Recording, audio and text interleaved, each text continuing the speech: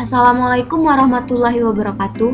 Halo teman-teman, di sini saya akan menjelaskan tentang pasar dan uang. Tapi sebelumnya izinkan saya memperkenalkan diri saya terlebih dahulu. Perkenalkan, nama saya Fadia Noviani dari kelas 5 TB, NPM 062040352228 dengan mata kuliah Teknopreneur, dosen pengampu Bapak Budiman STMTR.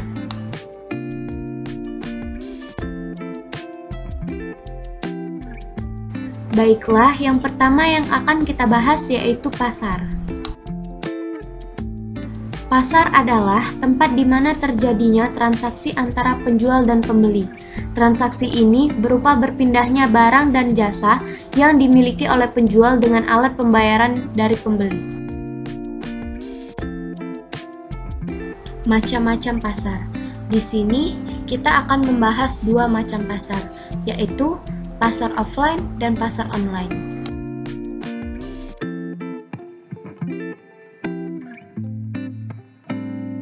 Yang pertama, pasar offline.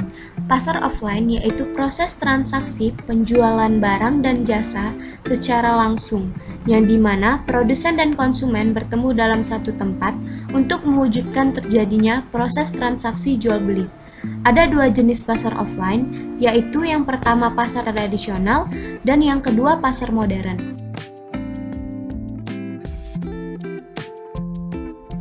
Pasar tradisional adalah pasar yang belum menggunakan teknologi dan sistem pemasaran. Pasar jenis ini biasanya tidak mementingkan kenyamanan dan keamanan dari pembelinya, dan sistem yang digunakan masih sangat tradisional.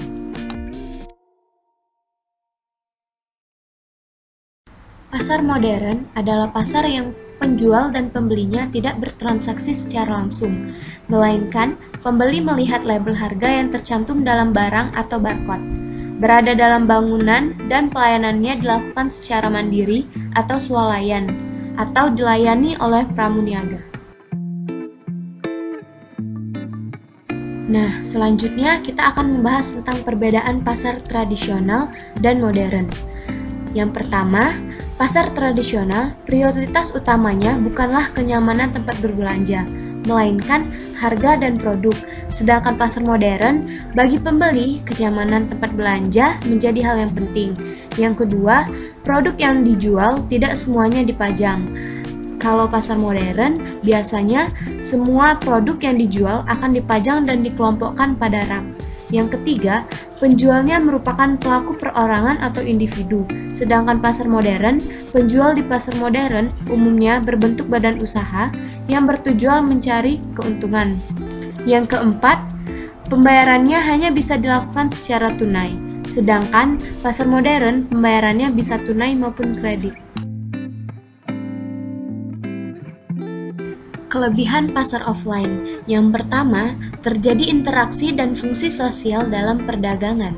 Yang kedua, tawar-menawar dan quality control dapat dilakukan oleh penjual dan pembeli. Yang ketiga, produk, barang, dan jasa dapat langsung dinikmati dan digunakan. Selanjutnya, kekurangan pasar offline. Yang pertama, produk yang ditawarkan variasinya terbatas atau sebatas stok dan jenis yang dimiliki. Yang kedua, harus bertemunya pedagang dan pembeli dan sulit terjadi di masa pandemi seperti sekarang ini. Yang ketiga, jumlah pedagang dan pembeli yang terbatas.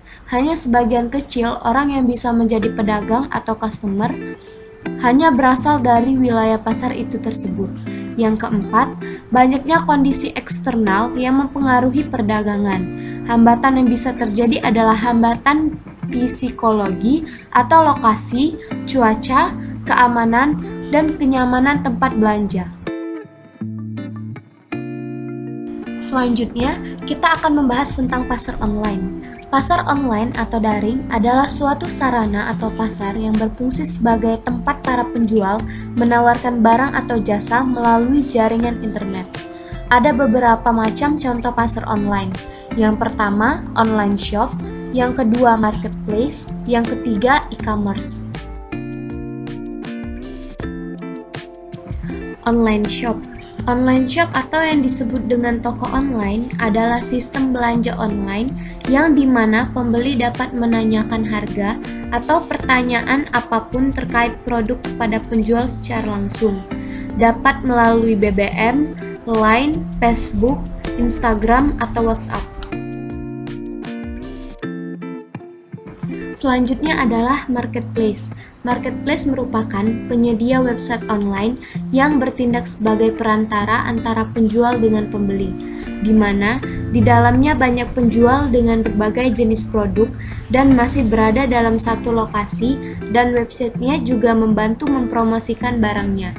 Contoh dari marketplace Indonesia adalah yang pertama adalah Tokopedia, yang kedua Bukalapak, yang ketiga Shopee, yang keempat Lazada, dan yang terakhir adalah Blibli. Yang terakhir adalah e-commerce. E-commerce adalah electronic commerce, merupakan kumpulan teknologi, aplikasi, dan bisnis yang menghubungkan perusahaan atau perseorangan sebagai konsumen untuk melakukan transaksi elektronik, pertukaran barang, dan pertukaran informasi melalui internet atau televisi, www, atau jaringan komputer lainnya. Contoh e-commerce adalah Zalora.com. Keuntungan pasar online.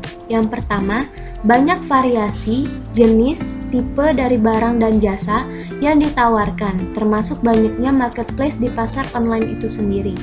Yang kedua, penjual dan pembeli bisa dari semua golongan dan tidak terbatas dari lokasi, usia, dan kondisi fisik.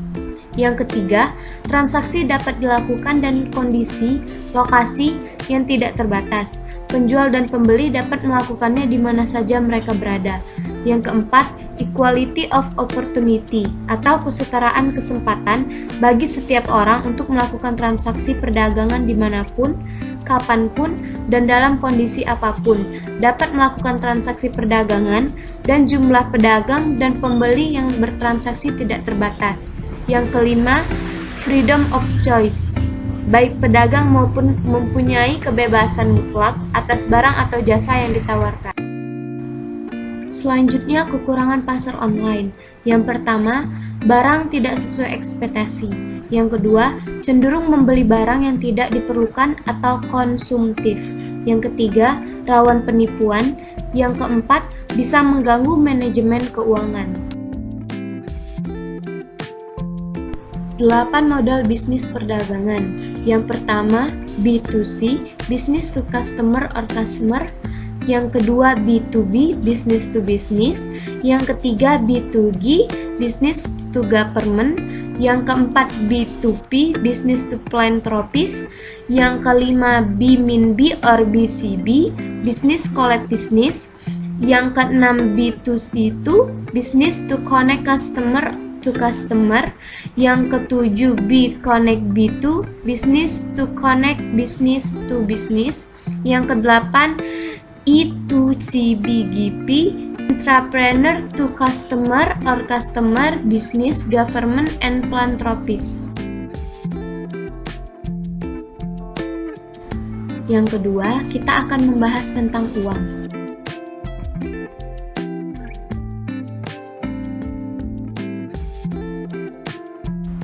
Uang adalah alat pembayaran yang sah yang diterbitkan oleh pemerintah atau bank sentral, baik berbentuk kertas maupun logam, yang memiliki nilai seperti pada kertas atau logam tersebut.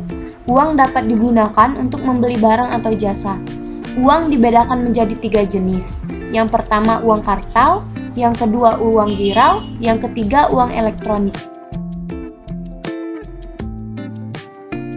Uang kartal.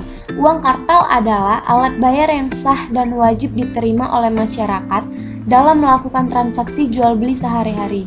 Uang kertas, uang logam, komemoratif koin, dan uang kertas komemoratif yang dikeluarkan oleh bank sentral yang menjadi alat pembayaran yang sah di suatu negara.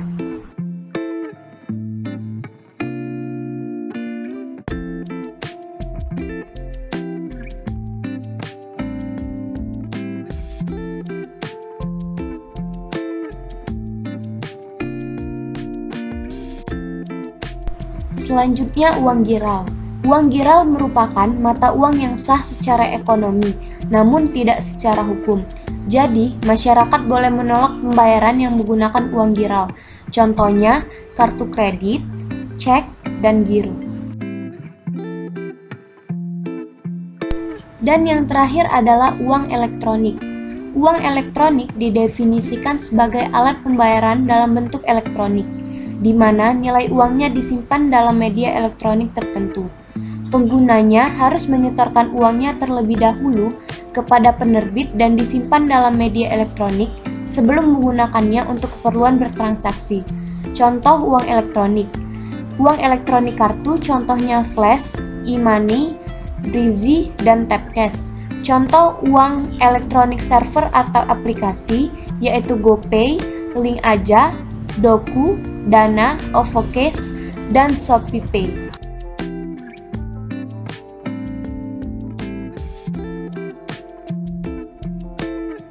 Sekian penjelasan dari saya, terima kasih.